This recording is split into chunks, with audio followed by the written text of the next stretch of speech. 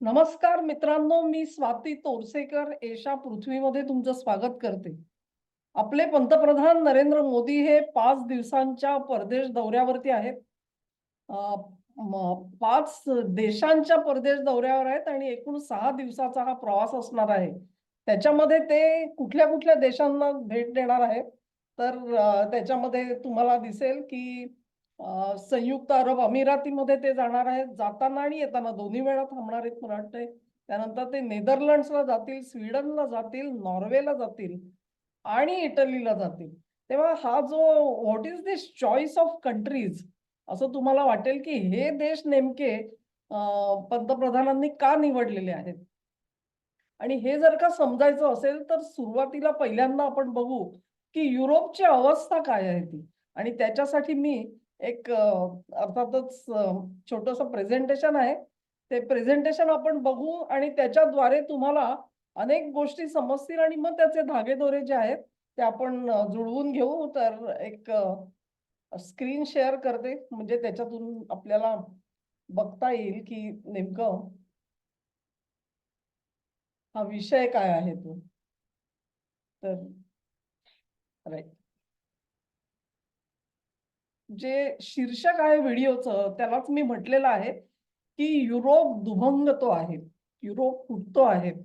आता सगळ्यांना आश्चर्य वाटेल, की युरोप फुटतोय म्हणजे नेमकं काय होतंय? तर त्याला अनेक तडे पडतायत. आणि हे तडे का पडत आहेत? कोणाकोणामध्ये तडे आहेत आणि त्याच्यामध्ये इश्यूज काय आहेत? कुठल्या प्रश्नावरून हे तडे निर्माण झालेले आहेत? ही महत्त्वाची बाब ठरते. एक लक्षात घ्या, की ज्यावेळेला आपण युरोपला तडे पडतोय म्हणतो, तेव्हा युरोप आणि अमेरिका यांचं जे अतूट नातं आत्तापर्यंतचं होतं, त्याच्याकडे आपल्याला दुर्लक्षता येणार नाही आणि म्हणून हे जे तडे पडलेले आहेत, त्याच्यामध्ये अमेरिका जशी येते तसाच नेटो येतो.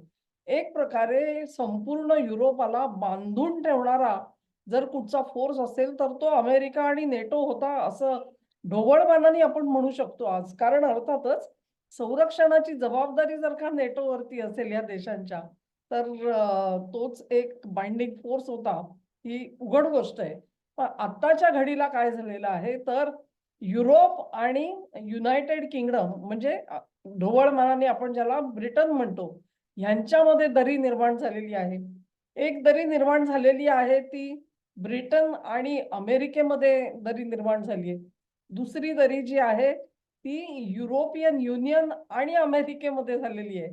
आणि सगळ्यात शेवटी सेंट्रल सदर्न युरोप म्हणजे मध्य दक्षिण युरोप आणि युरोपियन लीडरशिप ह्यांच्यामध्ये सुद्धा एक दरी निर्माण झालेली आहे. हे जे परस्परांच्या विश्वासाला तडे गेलेले आहेत, हे तडे गेल्यामुळे युरोप आज प्रचंड गोंधळलेला आहे. ही अवस्था जी गोंधळलेली आहे त्याच्यात भरीस भर म्हणून त्यांच्यावरती एक आर्थिक संकट सुद्धा आलेलं आहे आणि म्हणून नेमकं त्यांना कळत नाहीये की दिशा कुठची घ्यायची ती. आणि त्याच्यामध्ये तुम्ही बघाल की एक-एक जर का तुम्ही अॅनलाईज करायला बघाल, तर पहिला येतो तो अर्थात युरोप आणि ट्रम्प यांच्यामधला जो विवाद आहे. हा विवाद आता हळू-हळू विकोपाला जाताना दिसतोय. म्हणजे काही दिवसांपूर्वी जर्मनीचे चान्सेलर मर्ज यांनी एक विधान केलं आणि त्याच्यात त्यांनी म्हटलं, की ट्रम्प ह्यांच्याकडे इराण युद्धामध्ये काही स्ट्रॅटेजीच नाहीये. म्हणजे त्यांचं नेमकं धोरण काय आहे इराणबद्दलचं हेच समजत नाहीये आणि त्यांच्या युद्धाला धोरण नसल्यामुळे कुठे ना कुठेतरी अमेरिकेचा पराभव होताना दिसतो आहे, असं ते सूचित करत होते.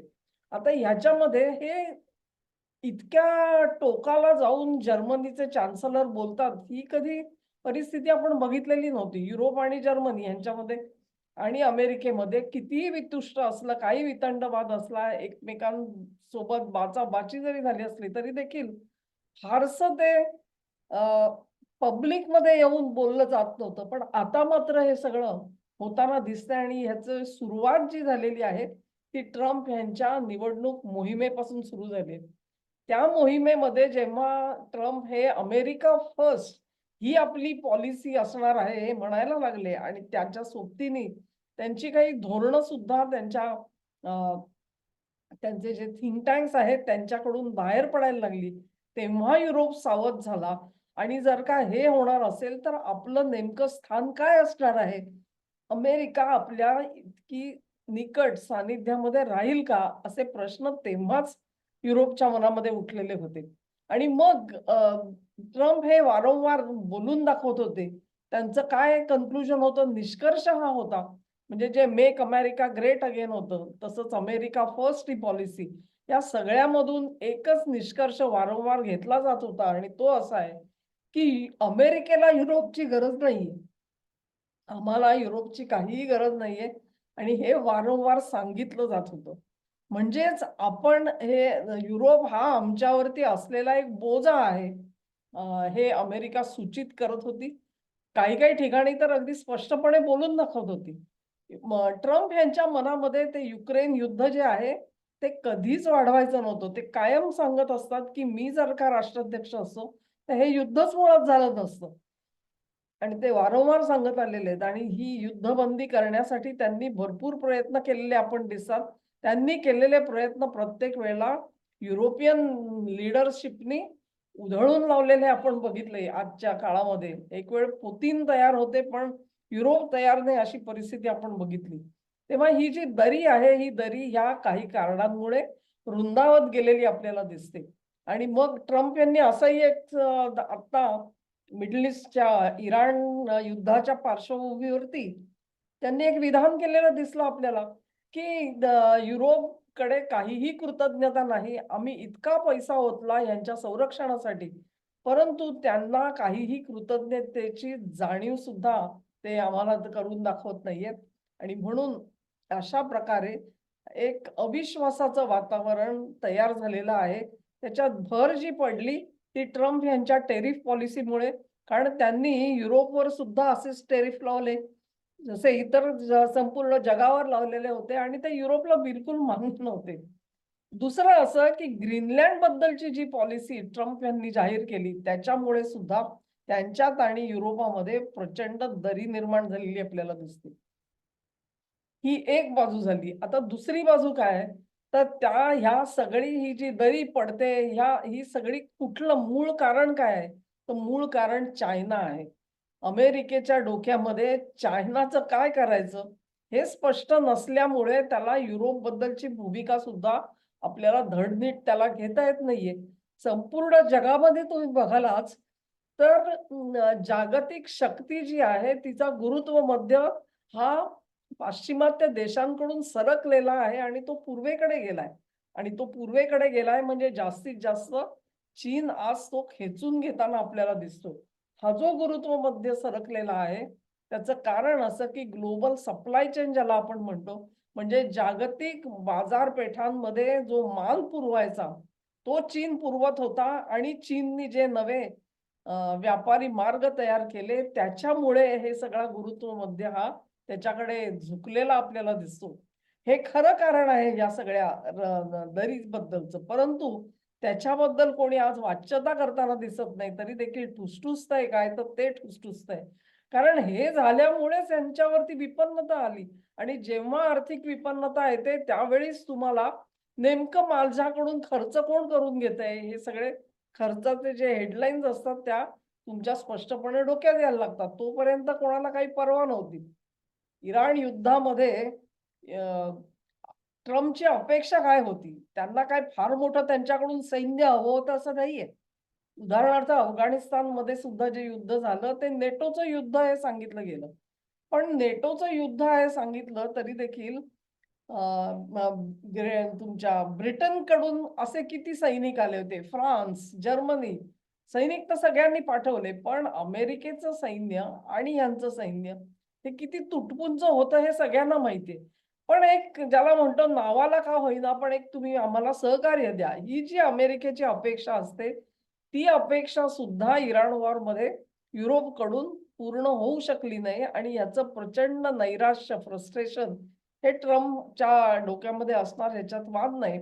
आणि अशा तऱ्हेने ज्याला आपण अटलांटिक सॉलिडॅरिटी म्हणतो, म्हणजेच अमेरिका आणि युरोप हे कायम एकत्रित उभे असलेले जे ते दृश्य जे होतं, हे दृश्य आता लयाला गेलेलं आहे.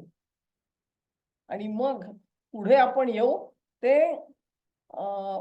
ब्रिटन आणि अमेरिकेमध्ये काय दरी निर्माण झाली आहे आणि ब्रिटन आणि युरोपमध्ये सुद्धा एक दरी निर्माण झालेली आहे. आता ब्रिटन आणि अमेरिका यांच्यामधली जी दरी आहे त्याच्यावरती मी सविस्तर व्हिडिओ केलेला होता, तो किंग चार्ल्स यांच्या अमेरिका भेटीनंतर ह्या दोन देशांमध्ये मुळात मतभेद कशातून निर्माण झाले आणि त्याचं आता पर्यवसान कशात होत आहे त्याचा आपण आढावा घेतलेला होता. आणि त्याच पद्धतीने युके आणि EU म्हणजे ज्याला युरोपियन युनियन म्हणतात, ह्यांच्यामध्ये सुद्धा एक दरी निर्माण झालेली आपल्याला दिसते. आणि ती का निर्माण झालेली आहे? तर EU मधून ब्रिटन बाहेर पडला आणि ते बाहेर पडण्याची कारणं काय आहेत ती अत्यंत विषय आता एक म्हणजे युरोपियन युनियन मधला सरकार सगळ्यात प्रबळ जर का देश कुठला असेल तर जर्मनी असेल. त्यामुळे युरोपियन युनियन तर्फे जो कुठचा पुढाकार घेतला जाईल, इनिशिएटिव्ह घेतला जाईल, त्याचं अल्टिमेट लीडरशिप ही जर्मनीकडे जाणार हे ब्रिटनला मान्य नव्हतं. कारण ते स्वतःला फार शहाणे समजतात आणि स्वतःला स्पेशल समजतात.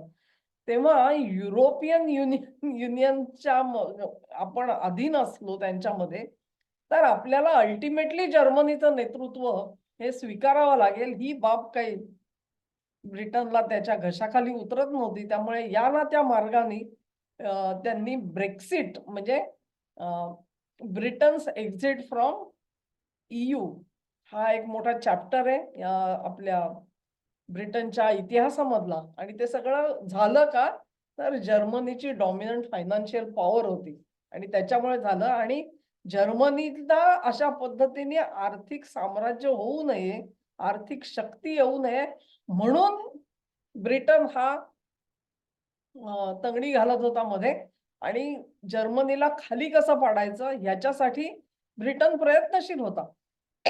तेव्हा ही जी दरी म्हणतो आपण किंवा विश्वासाचे तडे म्हणतो, हे असे इथपासून गेलेले आपल्याला दिसतात. त्यामुळे आता ब्रिटनची अवस्था कशी झाली आहे बघा, की त्याला अमेरिकेवर अवलंबून राहता येत नाही कारण ट्रम्पने झटकून टाकलं. तुम्ही जर का 2020च्या त्यांच्या निवडणुकीमध्ये ब्रिटनने जेवढा हस्तक्षेप केला बाहेर राहून, त्याला तोड नव्हती.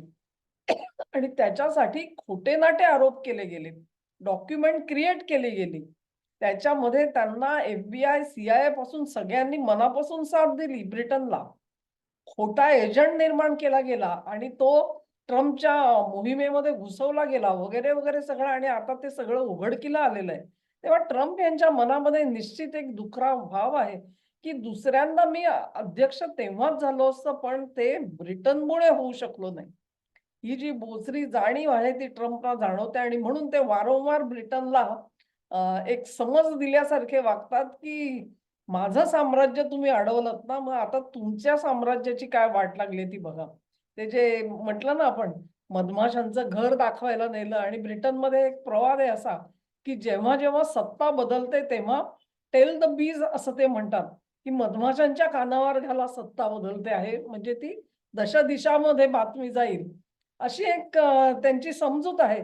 तेव्हा त्यांना त्या मधमाशांच्या घरापर्यंत ट्रम्पनी नेलं किंग चार्ल्सला वगैरे. तो सगळा सिम्बॉलिझम जो आहे तो मी त्या व्हिडिओमध्ये सांगितला होता आणि तो व्हिडिओ तुम्ही परत एकदा बघू शकता. तेव्हा अशा प्रकारे ब्रिटन हा अमेरिकेपासून दूर गेलाय आणि तो युरोपापासूनही दूर गेलाय. असं असल्यामुळे उद्या जर का रशियाशी लढाई करायची पाळी आली तर नेमकं आपल्या सोबत कोण असणार हा प्रश्न आता ब्रिटनला पडतो आहे. तेव्हा त्यांनी एक जॉईंट एक्सपिडिशनरी फोर्स हे जे मी इथे म्हटलंय, जॉईंट एक्सपिडिशनरी फोर्स त्यांनी तयार केला, ज्याला एक आपण नॉर्डिक कोॲलिशन म्हणू शकतो. नॉर्डिक म्हणजे आर्क्टिक रिजन मधले जे उत्तरेकडचे देश आहेत त्यांना एकत्र घेऊन ब्रिटन काहीतरी करू बघतो आहे आणि त्याला त्यांनी जॉईंट एक्सपिडिशनरी फोर्स असं नाव दिलेलं आहे. त्याच्यामध्ये कोणते कोणते देश घेतलेत त्यांनी, डेन्मार्क आहे, इस्टोनिया आहे, लाटविया आहे, लिथुआनिया आहे, फिनलंड, नेदरलँड्स आहे, नॉर्वे आहे, स्वीडन आहे आणि पोलंड आहे. म्हणजे जे सगळे देश हे वरचे आर्क्टिक रिजनचा जो समुद्र येतो त्याला जोडलेले जे देश आहेत सगळे ते या जॉईंट एक्सपिडिशनरी फोर्स मध्ये त्यांनी समाविष्ट केलेले दिसतात. आणि कारण उघड आहे की आर्क्टिक रिजन मधला जो सगळा बर्फ आहे तो जसजसं जगाचं टेम्परेचर वाढत जाईल तसतसा तो समुद्र वितळणार आहे आणि तिथून सागरी वाहतूक जी आहे ती खुली होणार आहे.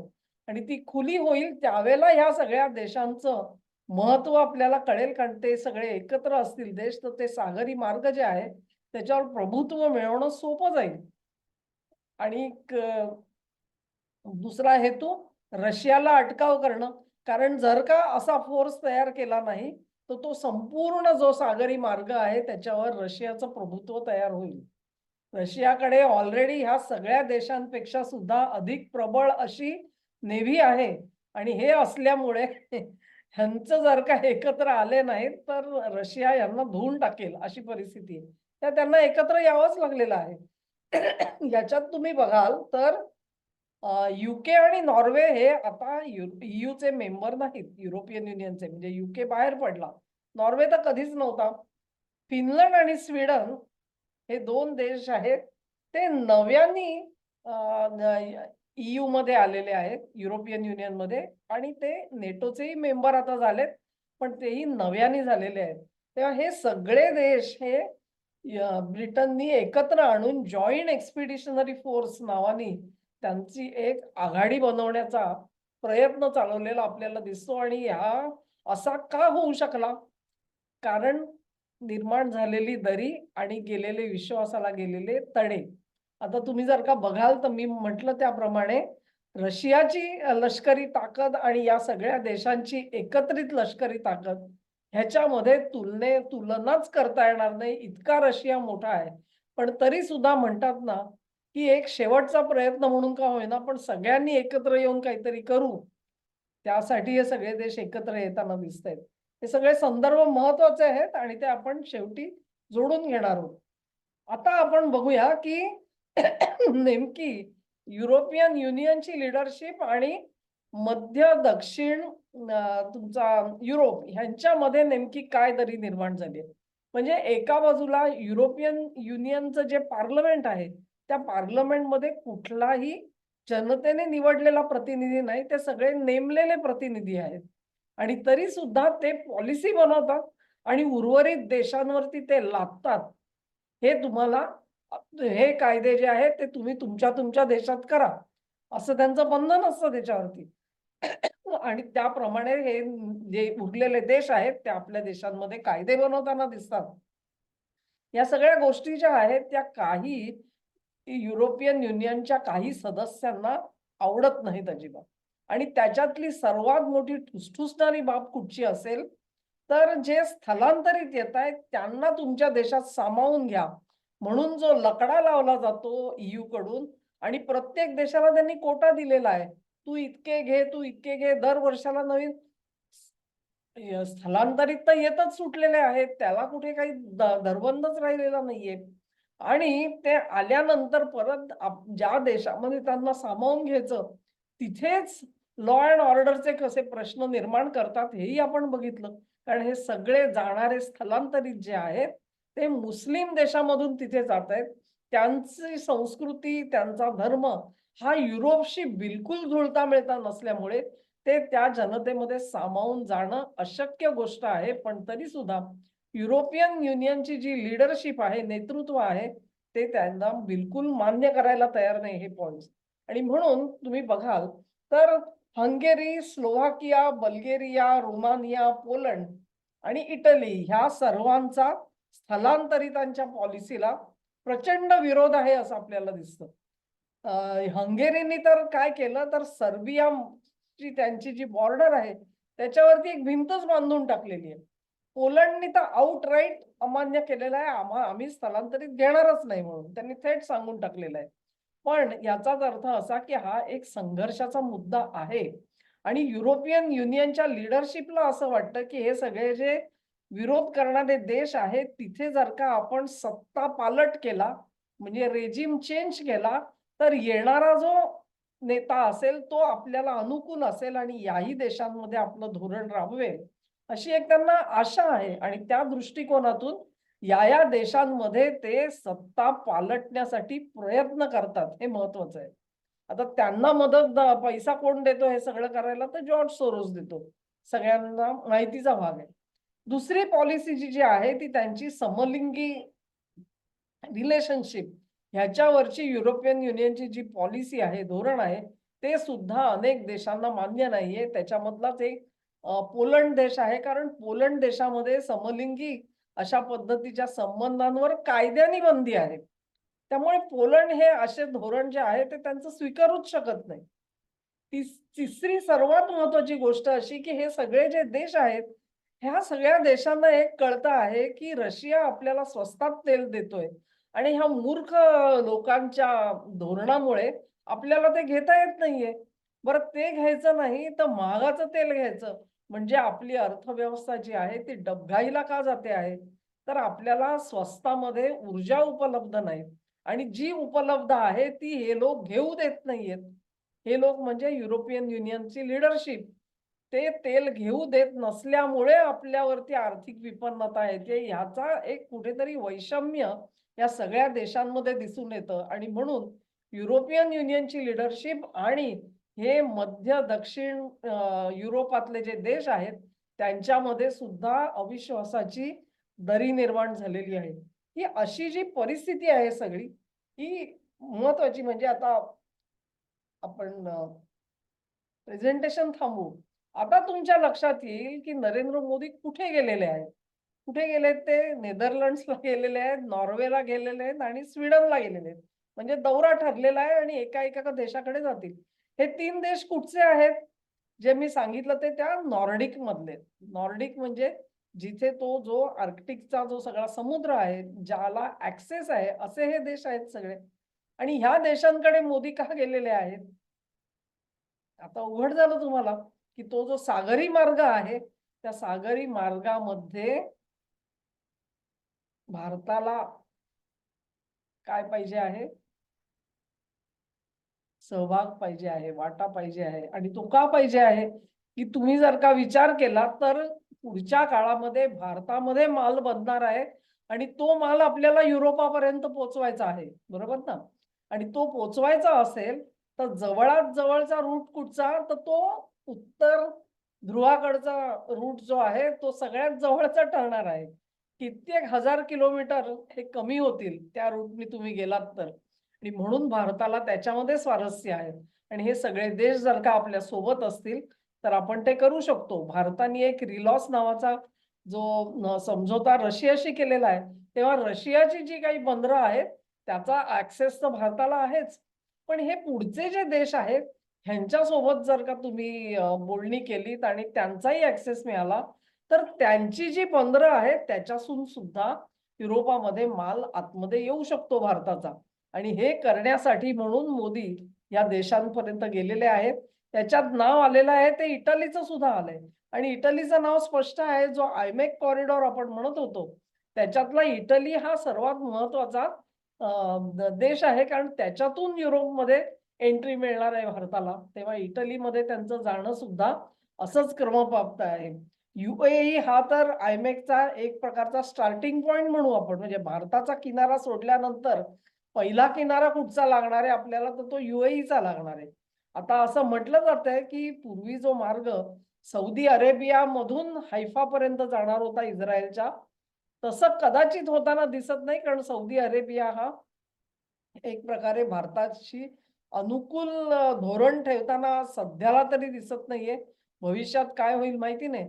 त्यामुळे UAE हा पहिला टप्पा झाला तरी अखेर आयमेक हा रिरूटिंग करून रेड सी मधूनच पुढे ग्रीसपर्यंत जाईल आणि ग्रीस नंतर मग इटलीला जाईल, अशी आता चिन्ह दिसायला लागलेली आहेत. तेव्हा हा जो 5 देशांचा दौरा आहे, तो काही मूर्ख लोक हे त्याच्यावरती टीका करतायत, की बघा मोदींनी सांगितलं, की तुम्ही परदेश प्रवास करू नका आणि त्याच्यावर खर्च करू नका आणि स्वतः मात्र 5 देशांना चाललेत. पण ते काही चणे-फुटाणे खायला चाललेले नाहीयेत, की मौज-मजा करायला चाललेले नाहीयेत.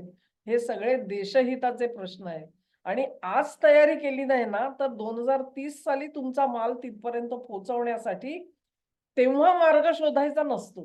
तहान लागल्यानंतर विहीर खणायची नसते. मोदी विहीर आत्तापासून खणतायत आणि म्हणून तेव्हा तहान लागणार आहे ह्याची जाणीव असल्यामुळे आजपासून ती तयारी होती आहे. तेव्हा युरोपला तडा जातोय, युरोप दुभंगतो आहे. त्याचा फायदा भारताला अशा पद्धतीने मिळणार आहे. आता हे जे सगळा अलायन्स आपण म्हणतो आहे, सागरी मार्ग वगैरे सगळा, हा जरी एक प्रकारे तुमच्या व्यापारी मार्ग म्हणून वापरायचा आपण जेव्हा म्हणतो, तेव्हा जेव्हा व्यापारी मार्ग असतो, तेव्हा त्याच्या संरक्षणासाठी भारतीय नौदल तिकडे असणार आहे, लक्षात घ्या. आणि जेव्हा भारतीय नौदल तिकडे असेल, तेव्हाच भारताला हे सगळे जे देश आहेत, ह्यांच्याशी तुम्ही जर का समझोता केला, तर तुमच्या नौदलासाठी सुद्धा तिथे टेकण्यासाठी जागा लागणार आहे आणि त्यांचे जे तळ आहेत, ते सुद्धा तुम्हाला एक्सप्लोर करून बघायला लागतील. आज रशियापर्यंत तुमची सोय झालेली आहे. रशियाशी तर रिलॉस एग्रीमेंट झालेलं आहे तुमचं. पण पुढचा मार्ग जो आहे, तिथे सुद्धा तुम्हाला अशी सोय करावी लागणार आणि ती जर का झाली, तर हे देश आणि भारत ह्यांच्यामध्ये डिफेन्स एग्रीमेंट झाल्याशिवाय पर्याय राहणार नाही आणि जी डिफेन्स एग्रीमेंट म्हणजे काय? आमचा देश तुमच्या देशासाठी लढायला असं नाहीये. पण तुमची जी काही साधन सामग्री आहे, ती आम्हाला वापरता यावी. जसं आपण आज म्हटलेलं आहे, की आपली बंदरं रशिया वापरेल, रशियाची बंदरं आपण वापरू. हा जो आपण एक करार केलेला आहे, तसाच करार ह्या देशांशी झाला, तर आपल्या नेव्हीची ताकद ही भरपूर वाढू शकेल. दुसरं तुम्ही बघितलं असेल, की मोदीजी जरी ह्या देशांकडे गेले असले, तरी आपले राजनाथ सिंग आणि जयशंकर हे युरोपच्या अनेक देशांमध्ये जातायत आणि त्याच्यातला जर्मनी आणि फ्रान्स हे महत्त्वाचे देश आहेत. हे का महत्त्वाचे आहेत? कारण ह्या 2 देशांकडे डिफेन्स इंडस्ट्री आहे. डिफेन्स प्रोडक्शन होतं त्यांच्याकडे. आज अनेक कारणांमुळे, आर्थिक विपन्नतेमुळे हे कारखाने अडचणीत आलेले जरूर असू शकतात. पण भारताने जर का त्यांच्याशी सहकार्य केलं, तर एक फार मोठं दालन आपल्यासाठी उघडलं जाऊ शकतं. अनेक कंपन्या अशा आहेत फ्रान्स किंवा जर्मनीमधल्या, की ज्या आता विकायला काढलेल्या असतील. कारण त्यांना ते सगळा कारभार हा सांभाळता येत नाहीये. इतकी आर्थिक विपन्नता तिकडे आलेली आहे. आणि अशा परिस्थितीत जर का अशा कंपन्या भारतीय कंपन्यांनी विकत घेतल्या किंवा त्यांच्याशी सहकार्याचे करार केले, तर सुद्धा एक सिनेरिओ पूर्णपणे बदलला जाऊ शकतो आणि म्हणून जी एकंदरीत संपूर्ण जगावरती परिस्थिती आलेली आहे, रशिया आणि चीनचं भांडण किंवा एकत्र येणं. काही ठिकाणी भांडण आहे, काही ठिकाणी मैत्री आहे. चीन आणि अमेरिका भांडतायत, अमेरिका आणि रशिया भांडतायत. ही सगळी समीकरणं ऐकून ज्यांना कंटाळा आलेला आहे, असे सगळे देश हे भारताकडे आज आशेने बघतायत. हा त्यातला मथितार्थ आहे आणि म्हणून मोदींचा हा दौरा जो आहे त्याचं महत्त्व बिलकुल कमी लेखून चालणार नाहीये. हा व्हिडिओ तुम्हाला आवडला असेल अशी आशा आहे. तुम्हाला आवडला असेल तर लाईक करा, शेअर करा लिंक आणि चॅनेलला सबस्क्राईब जरूर करा. धन्यवाद.